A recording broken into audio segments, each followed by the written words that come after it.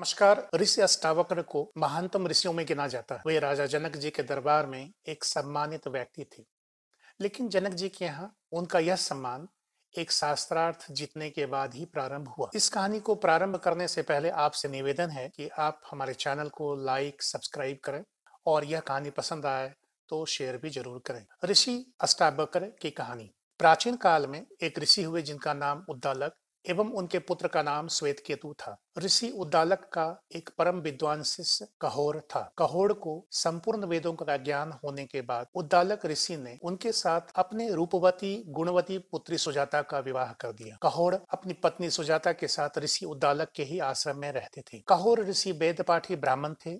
वे रोज वेदों का पाठ किया करते थे। जब उनकी पत्नी सुजाता गर्भवती हुई तो गर्भ के बालक ने भी वेद पाठ सुनना प्रारंभ कर दिया और वेद के सभी अंगों का ज्ञान प्राप्त कर लिया। जैसे अभिमन्यु ने चक्रव्यूह का ज्ञान सुना था, वैसे ही बालक ने भी वेदों का ज्ञान प्राप्त कर लिया था। एक रात जब बालक गर्भ के भीतर से ही बोला, हे पिता, आप रात भर वेद पढ़ते रहते हैं, लेकिन उसका उच्चारण कभी शुद्ध नहीं होता। मैंने आपके आशीर्वाद से वेदों के सभी अंगों का ज्ञान प्राप्त कर लिया है। गर्भ के बालक ने यह भी कहा कि रोज रोज वेदों के पढ़ने से क्या लाभ। वेदों में केवल शब्द है, शब्दों में ज्ञान कहाँ। ज्ञान स्वयं में है, शब्दों में सत्य कहाँ, सत्य स्वयं में है। ऋषि कहोड़ के पास अन्य ऋषि भी बैठे थे। गर्भस्थ बालक की इस तरह की बात सुनकर उन्होंने अत्यंत अपमानित महसूस किया। बेटा अभी पैदा भी नहीं हुआ और इस तरह की बात कहे। वेद पाठी पंडित ब्राह्मण का पिता अहंकार चोट खा गया था। वे क्रोध से आग बबूला हो गए। क्रोध में पिता ने बेटे को अभिशाप दे दिया कि बालक, तुम गर्भ में रहकर ही मुझसे इस तरह की टेढ़ी मेढ़ी बातें करता है।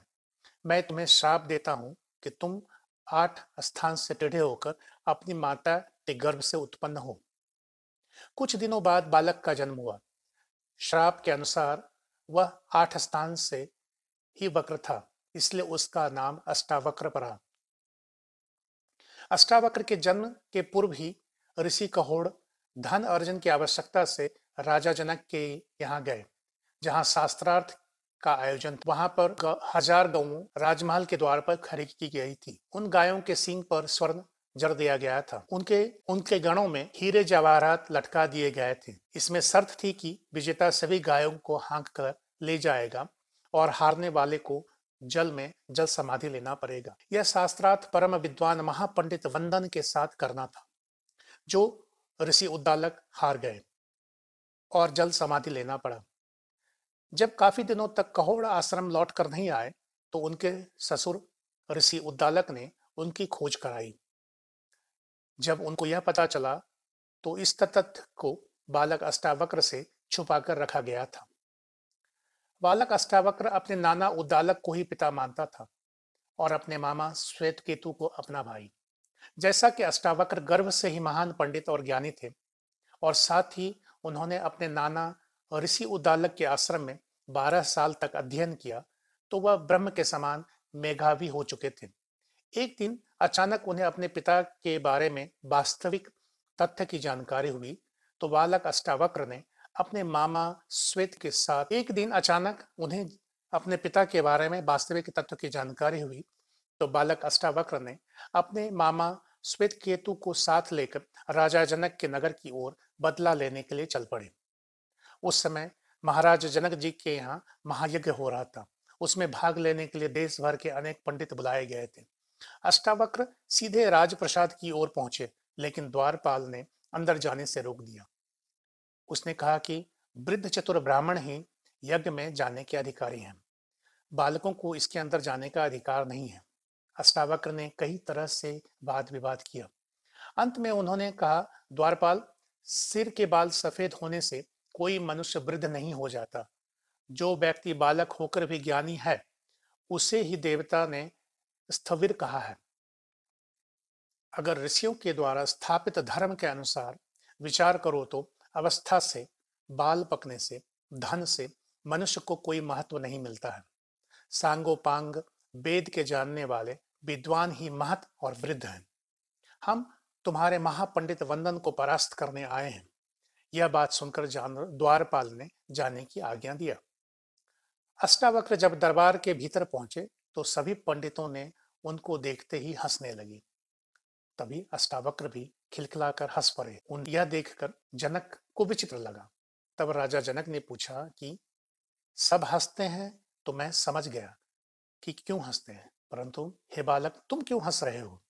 12 वर्षीय बालक अष्टावक्र ने कहा, मैं इसलिए हंस रहा हूं कि चमड़े के पारखियों और मूर्ख की सभा में सत्य का निर्णय हो रहा है।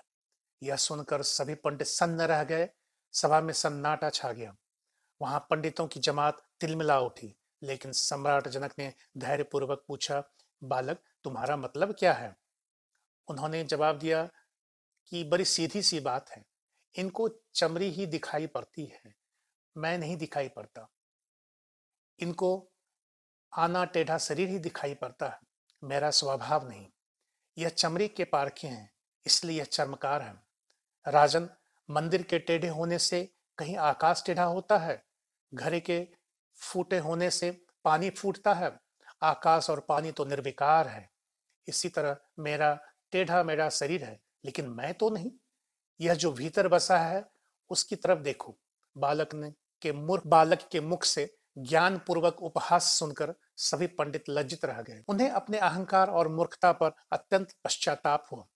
अष्टावक्र ने राजा जनक से कहा, हे राजन, मैं आपके उस मेघावी राज पंडित से मिलने चाहता हूँ जो पंडितों के बीच में भय बना हुआ है। उसे शास्त्रार्थ करने की इच्छा से मैं यहाँ आया हूँ। मैं अद्वैत ब्रह्मवाद के विषय में उनसे वार्ता करूंगा। राजा जनक ने कई तरह से उन्हें विचलित करने के लिए डराया और समझाया, शास्त्रार्थ के विचार को त्याग देने के लिए कहा। लेकिन अष्टावक्र अडिग रहे और कहा कि हे राजन, आप बालक कहकर मुझे हीन क्यों करते हैं? आप महापंडित वंदन को बुलाइए। राजा को विश्वास होने लगा यह बालक असाधारण है। उन्होंने परीक्षा के लिए कुछ प्रश्न किए। जनक ने पूछा कि ब्राह्मण पुत्र, जो मनुष्य 30 अंगों वाले, 12 अंश वाले, 24 पर्व वाले, 360 आरे वाले पदार्थ के अर्थ को जानता है, वही सबसे बड़ा पंडित है। अष्टावक्र ने तुरंत उत्तर दिया, राजन, 24 पर्व, 6 नाभि, 12 अंश और 360 आर्य वाले वही शीघ्रगामी आपकी रक्षा करे। राजा जनक ने फिर कहा, जो दो वस्तुएं अश्वनी कुमार के समान संयुक्त और बाज पक्षी के समान टूट पड़ने वाली है, उनको देवता में से कौन देवता गर्भाधान करता है? वे वस्तुएं क्या उत्पन्न करती हैं? अष्टावक्र ने कहा, हे राजन, ऐसी अशुभ वस्तुओं की आप कल्पना भी ना करें, क्योंकि वायु उनका सारथी है, मेघ उनका जन्मदाता है, फिर वह भी मेघ को उत्पन्न करता है। राजा जनक ने पूछा, सोते समय आंखें कौन नहीं मूंदता? जन्म लेकर कौन नहीं हिलता? हृदय किसका नहीं है? और कौन सी वस्तु वेग के साथ बढ़ती है? अष्टावक्र ने कहा, मछली सोते समय आंख नहीं मूंदती, अंडा उत्पन्न होकर भी नहीं हिलता, पत्थर का हृदय नहीं होता, नदी तेज गति से बढ़ती है। अष्टावक्र के वचनों को सुनकर राजा जनक प्रसन्न हो गए। उन्होंने उसे ब्राह्मण बालक से हाथ जोड़कर कहा, ब्राह्मण पुत्र, ज्ञान में आप निश्चित ही वृद्ध हैं। मुझे आपके मेघा पर निश्चित ही विश्वास हो गया है। आप पंडित वंदन से शास्त्रार्थ के लिए आमंत्रित हैं। अष्टावक्र ने अंदर पहुंचकर वंदन को शास्त्रार्थ के लिए ललकारा। वंदन ने अपमानपूर्ण वाणी सुनकर आवेश में प्रश्न प्रारंभ किए। उसने कहा, एक अग्नि कई प्रकार से प्रज्वलित की जाती है। सूर्य एक होकर भी संपूर्ण जगत को प्रकाशित करता है। एक वीर इंद्र सब शत्रुओं का नाश करता है। यमराज सब पितरों का स्वामी है। अष्टावक्र ने कहा, इंद्र और अग्नि दोनों सखा के रूप में साथ साथ विचरते हैं। नारद और पर्वत दोनों देवर्षि हैं। अश्वनी कुमार 2 हैं। रथ के पहिए 2 होते हैं और विधाता के विधान के अनुसार पति और पत्नी 2 व्यक्ति होते हैं। वंदन बोला, कर्म से 3 प्रकार के जन्म होते हैं। वेद 3 मिलकर वाजपेयी यज्ञ को संपन्न करते हैं। शास्त्र 3 प्रकार के स्नानों की विधि बताते हैं। लोक 3 प्रकार के हैं। ज्योति के भी 3 भेद कहे गए हैं। अष्टावक्र ने उत्तर दिया, ब्राह्मणों के आश्रम 4 प्रकार के हैं। 4 वर्ण यज्ञ को संपन्न करते हैं। दिशाएं 4 हैं, वर्ण 4 प्रकार के हैं, गौ के 4 पैर होते हैं। वंदनी ने कहा अग्नि पंच है, पंक्ति द्वंद्व में पंच चरण होते हैं। यज्ञ 5 प्रकार के हैं। वेद में 5 प्रकार की वृत्तियां कही गई है, प्रमाण, विपर्य, विकल्प, निद्रा और स्मृति। और पंचनद देश सर्वत्र पवित्र कहा जाता है। फिर अष्टावक्र ने कहा यज्ञ की दक्षिणा में 6 गोदान की विधि है, ऋतुएं 6 है, इंद्रिय 6 है, सारे वेद में 6 सादृश्य यज्ञ की विधि है। बंदन ने कहा वेद में ग्राम में पशु 7 प्रकार के होते हैं। बंदन ने कहा वेद में ग्राम में 7 प्रकार के पशु होते हैं। छंदों से एक यज्ञ संपन्न होता है। ऋषि 7 हैं, पूजनीय 7 हैं, संगीत में 7 सुर होते हैं। अष्टावक्र ने कहा 8 गोपों का एक सतनाम होता है।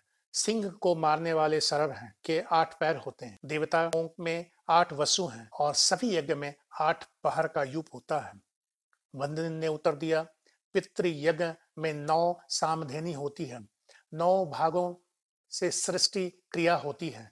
वृद्धि छंद के चरण में 9 अक्षर होते हैं और गणित के अंक 9 हैं। अष्टावक्र ने कहा दिशाएं 10 है, 10 सैकड़ों का 1000 होता है। स्त्रियां का गर्भावस्था 10 माह में पूर्ण होता है। तत्व के उपदेशक 10 हैं, अधिकारी 10 हैं, द्वेष करने वाले भी 10 हैं। इंद्रियों के विषय 11 प्रकार के होते हैं। 11 विषय की ही जीव के बंध स्तंभ हैं। प्राणियों के विकार 11 प्रकार के हैं। रुद्र 11 प्रसिद्ध है। अष्टावक्र ने उत्तर दिया 12 महीने में 1 वर्ष पूर्ण होता है। जगती द्वंद्व के 12 अक्षर होते हैं। 12 दिनों में प्राकृत यज्ञ पूरा होता है। 12 आदित्य सर्वत्र विख्यात हैं। फिर बंदन बोला त्रयोदशी तिथि पुण्य तिथि कही गई है। पृथ्वी के 13 द्वीप हैं। बस इतना कहकर वंदन चुप हो गया। उसको आगे बोलते ना देख अष्टावक्र ने विषय की पूर्ति करते हुए कहा आत्मा के भोग 13 प्रकार के हैं और बुद्धि आदि 13 उसकी रुकावटें हैं। फिर बंदन अपना सर झुका लिया। सभा में उपस्थित सभी लोगों ने अष्टावक्र की जय जयकार करने लगे। सभी उपस्थित ब्राह्मण हाथ जोड़कर अष्टावक्र की वंदना करने लगे। तब अष्टावक्र ने कहा हे ब्राह्मणों, मैंने इस अहंकारी बंदन को आज परास्त कर दिया है। इस अत्याचारी ने कितने ही पुण्य आत्मा ब्राह्मणों को पराजित करके जल में डुबो दिया है। इसलिए मैं भी आज्ञा देता हूं कि इस पराजित वंदन को उसी तरह जल में डुबो दिया जाए। अष्टावक्र राजा जनक की आज्ञा की प्रतीक्षा करने लगे। तब राजा को स्तब्ध बैठे देख अष्टावक्र क्रुद्ध होने लगे और कहा कि आप डुबोने की आज्ञा क्यों नहीं देते? इस तरह चुप बैठे रहना मेरा अपमान है। राजा जनक ने अत्यंत विनीत स्वर में कहा कि ब्राह्मण, आप साक्षात ब्रह्मा हैं, इसलिए मैं आपके इस कठोर स्वर को भी सुन रहा हूं। आपने जिस प्रकार की आज्ञा दी है मैं उसका समर्थन करता हूं।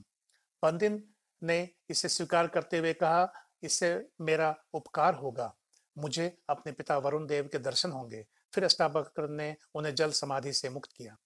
वंदित ने अष्टावक्र की ओर मुड़कर कहा कि हे अष्टावक्र, आप महान हैं। सूर्य के समान दीप्यमान आपकी मेघा है, अग्नि के समान आपका तेज है। मैं चलते समय आपको वरदान देता हूं कि आप इसी क्षण अपने स्वर्गीय पिता कहोड़ को जीवित अवस्था में पाएंगे। उनके साथ अन्य ब्राह्मण भी जल से निकल आएंगे। उसी क्षण अन्य ब्राह्मणों के साथ ऋषि कहोर जल से बाहर निकले और जल से निकलते ही उन्होंने राजा जनक की वंदना की। राजा ने प्रसन्न होकर अनेक बहुमूल्य उपहार दिए, उन्हें विदा किया।